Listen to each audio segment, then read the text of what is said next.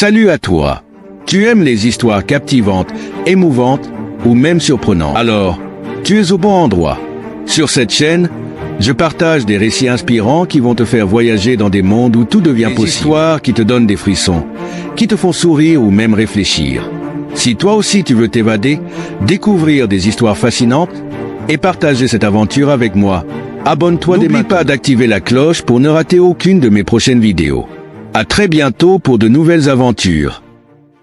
Un vieux assis sur son banc, histoire d'un autre temps. Mystère et sage murmure des légendes qui nous assurent. Sous la lune il raconte des secrets qu'on affronte, des trésors cachés au loin, des rêves qui semblent si loin.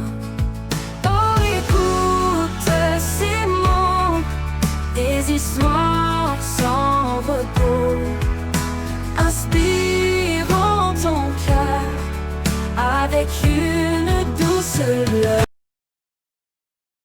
Le crapaud.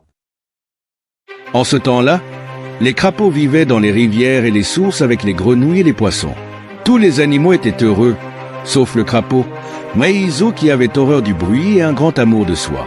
Agacé de voir les animaux venir, sans cesse boire à sa source, il profita du sommeil de Simbi, la sirène de l'eau, pour lui voler, un soir, la clé des eaux. En 2 vigoureux tours de clé, il verrouilla l'arrivée de l'eau et la source tarit. Puis il se cacha dans une trappe inaccessible.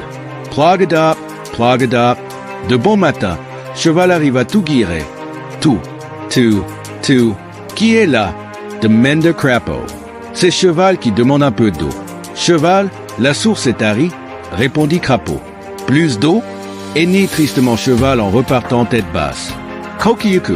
Coq battait toujours aussi fanfaron suivi Cheval de près en cocoricotant. Tout. Qui est là? Demanda Crapaud.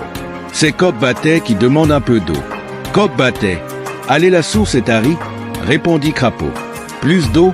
Chanta tristement Coq battait en repartant tête basse. Piti ou pou. Madame Pigeon a du mal à avancer car son mari tourne à petits pas autour d'elle. Qui est là? Demanda Crapaud. C'est Madame Pigeon qui demande un peu d'eau. Madame Pigeon, la source est tarie. Il n'y a plus d'eau, roucoula tristement Madame Pigeon en repartant tête basse. La sirène dormit longtemps et lorsqu'elle se réveilla, elle courut prendre un bain de source. Une surprise l'attendait. Pas un bruit. De petits cailloux ronds et blancs entre des herbes sèches. Plus d'eau. C'est Crapaud qui a caché la clé des eaux, lui crièrent en chœur les animaux. Sabi ordonna à Crapaud de lui rendre la clé des eaux. Elle donna de si vigoureux tours de clé que l'eau se répandit à nouveau à travers les roseaux et les cailloux ronds et blancs.